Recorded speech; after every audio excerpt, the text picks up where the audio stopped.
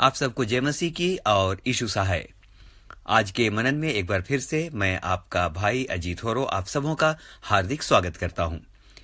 मित्र, पिछले कुछ दिनों से हम लगातार भजन संहिता 23 पर गंभीर विचार विमर्श कर रहे हैं।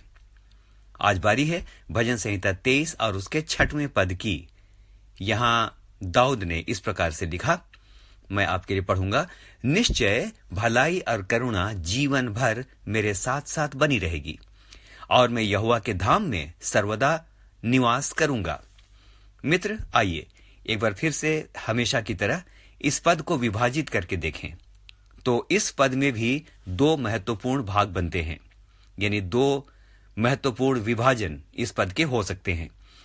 जो पहला भाग है वो कहता है, निश्चय भलाई और करुणा जीवन भर मेरे साथ साथ बनी रहेगी, और दूसरा भाग या दूसरा विभाजन ये कहता है, और मैं यहोवा के धाम में सर्वदा वास करूंगा।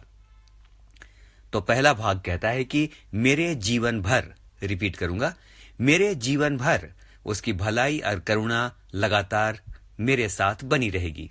यानी इस भाग में दाऊद अपने पृथ्वी के जीवन के बारे में बात कर रहा है। He is talking about his worldly life. जबकि दूसरे भाग में वो कहता है, और मैं यहोवा के धाम में सर्वदा वास करूंगा। यानी यहां वह सर्वदा वास करने की बात कर रहा है, यानी जीवन के बाद के अनंत जीवन की बात कर रहा है, अन्यथा वो सर्वदा नहीं कहता। आइए मित्र, अब इस पद की गहराई में चलते हैं। दाऊद ने इस पद की शुरुआत निश्चय शब्द से की है।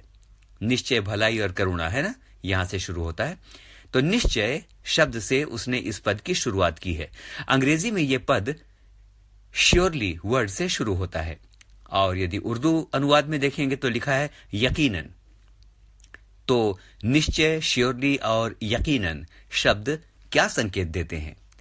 ये संकेत देते हैं कि दाऊद को परमेश्वर की भलाई और करुणा पर रत्ती भर भी संदेह नहीं है।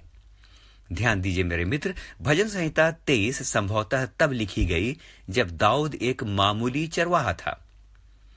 उसके पास बहुत संपत्ति, साधन और जिसे हम रईसी कहते हैं, यानी धनाढ्यता नहीं थी। वो रईस नहीं था। शायद वह अभाव का भी सामना करता होगा।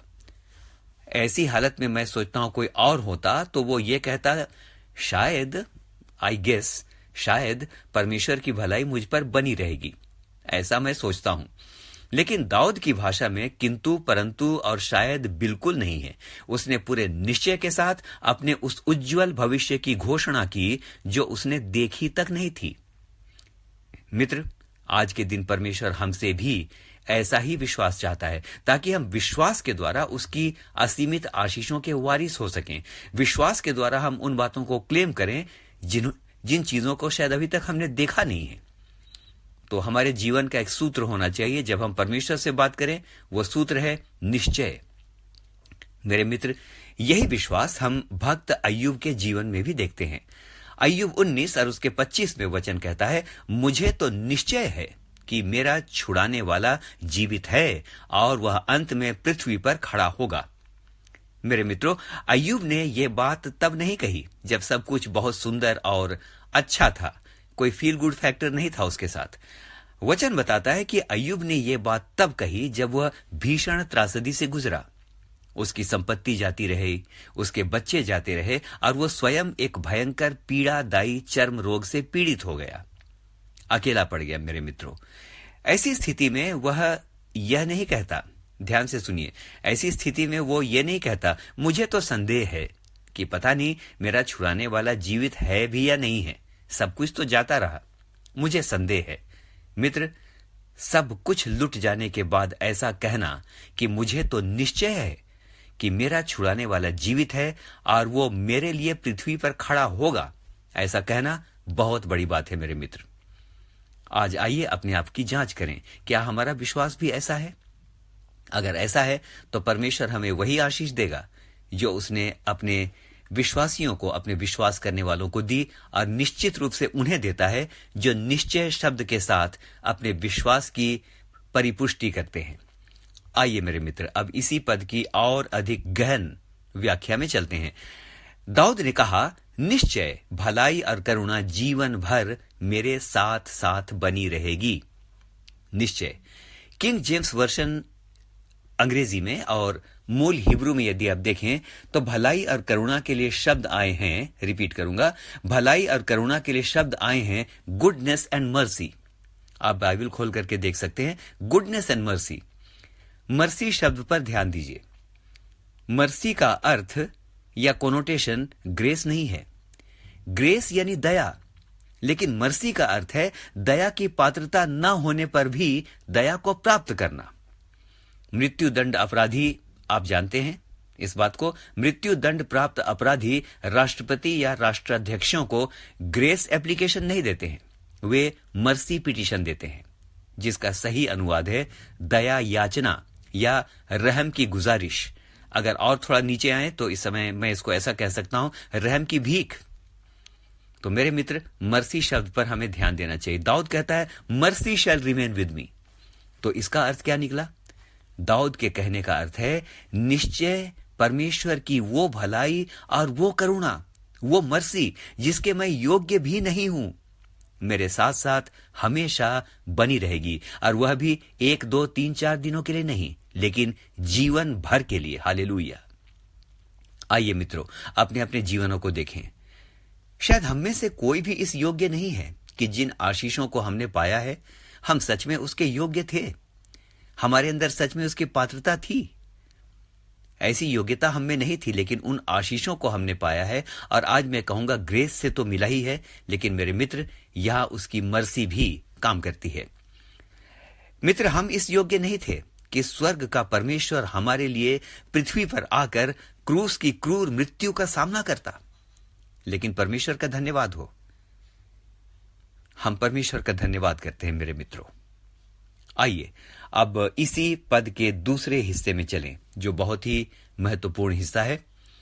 गुजारिश करूंगा कि बहुत कंसंट्रेशन के साथ सुनिए, और मैं विश्वास करता हूं कि परमेश्वर आपको आशीष देगा। एक नई व्याख्या आपके सामने आ रही है। दाऊद कहता है, ये उसका दूसरा भाग है, और मैं यहोवा के धाम में सर्वदा वास करूंगा। यहोवा के धाम में, तो इसका अर्थ क्या होगा? सर्वदा शब्द के लिए अंग्रेजी में वर्ड आया है फॉरएवर, यानी हमेशा के लिए नहीं, हमेशा हमेशा के लिए। इसका भाव इस प्रकार से बनता है मित्र। तो इसका साफ अर्थ यह निकल कर आता है कि दाऊद आत्मा में होकर इस बात को जानता है कि इस जीवन के बाद भी वह यहोवा के धाम में सर्वदा वास करेगा, अर्थात वह अनंत जीवन को जानता है। लेकिन वो धाम कहां है? वो धाम कहां है जहां वो सर्वदा वास करने की बात कर रहा है? आइए मेरे मित्र, उसकी एक और भविष्यवाणी पर ध्यान करें। भजन संहिता 37 उसके 29 में वो स्वयं कहता है, धर्मी लोग पृथ्वी के अधिकारी होंगे और उसमें सर्वदा सदा के लिए बसे रहेंगे। इसको अंग्रेजी में सुनिए, इंग्लिश में लिखा है, the righteous shall inherit the land and shall dwell there in for ever. For ever शब्द यहां भी आ गया मेरे मित्रों।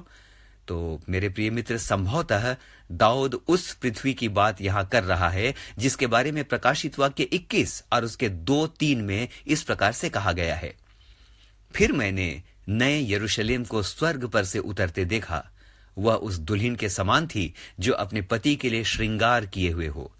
और तब मैंने सिंहासन में से किसी को ऊंचे शब्द से यह कहते सुना कि देख, परमेश्वर का डेरा मनुष्यों के बीच में है, वह उनके साथ डेरा करेगा और वे उसके लोग होंगे और परमेश्वर उनके साथ रहेगा। मित्र, क्या ही धन्यवाद। दाऊद इसी धाम के लिए कह रहा है कि मैं वहां सर्वदा वास करूंगा। एक नई पृथ्वी, एक नई दुनिया। उस गीत को मैं याद करता हूं, ये दुनिया हमारी मिटेगी, एक नई दुनिया फिर से बनेगी, सब नया होगा, सब नया होगा, राज करने मसीह आ रहा है। मेरे मित्रों, दाऊद इसी धाम के लिए कह रहा है कि मैं वहां हमेशा वास करूंगा। आइए अंत में उर्दू के अनुवाद पर आएं। वास करूंगा के लिए उर्दू का शब्द आया है सुकूनत करूंगा। It's a wonderful word. सुकूनत करूंगा यानी वास करूंगा ही नहीं, इसका अर्थ हुआ वास करूंगा और बड़े सुकून के साथ, बड़ी शांति के साथ मैं वहां वास करूंगा जहां ना भूख है, ना जहां प्यास है, ना जहां निंदा है, ना जहां आंसू है, ना बीमारी है, ना जुदाई है और ना मृत्यु है। ये नया आकाश और नई पृथ्वी है जहां मैं सदा सर्वदा के लिए मसीह में होकर वास करूंगा। तो आइए आज एक नए अंदाज में आज के मनन को समाप्त करते हैं।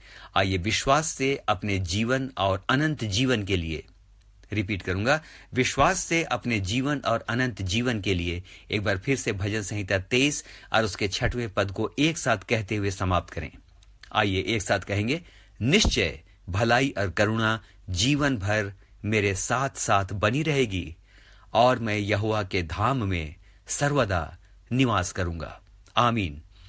आप में से सबको और हम में से हरेक को परमेश्वर बहुतायत के साथ आशीष दे।